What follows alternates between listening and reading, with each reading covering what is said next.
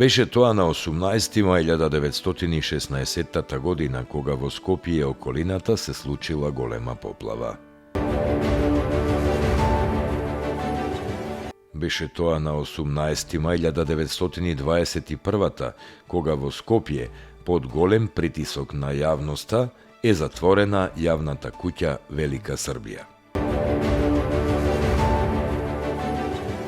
Беше тоа на 18 мај 1954 кога на сила стапи Европската конвенција за човекови права.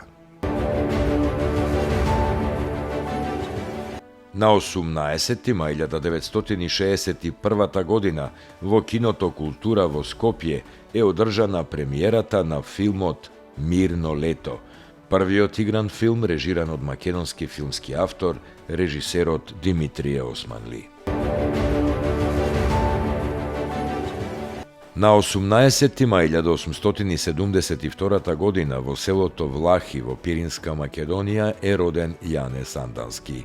Сандански бил истакнат македонски револуционер, војвода и раководител на ВМРО ВМРО. Воениот рок во бугарската армија го служел од 1892 до 1994 година во Кюстендил, во 13-тиот пешадиски полк. Сандански ги поминал сите развојни фази, од обичен борец преку војвода до командант на оперативен штаб. Бил еден од главните организатори на заробувањето на мис Елен Стоун. Се противел на решенијата на Солунскиот конгрес за кревање востание во 1903 година, но по започнувањето на востанието го извел крстовденското востание во Серскиот револуционерен округ.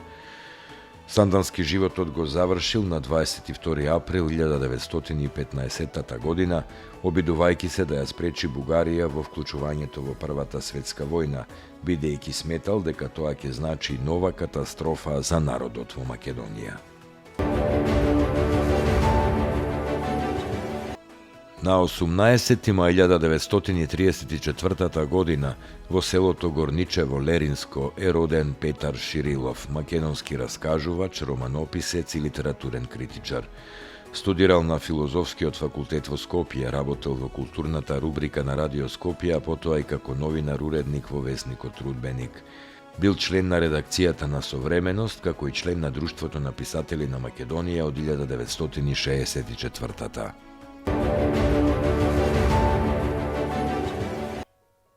18 мај е Меѓународен ден на музеите. Денот е прогласен на Генералното собрание на Меѓународниот сојуз на музеи во 1977 година во Москва.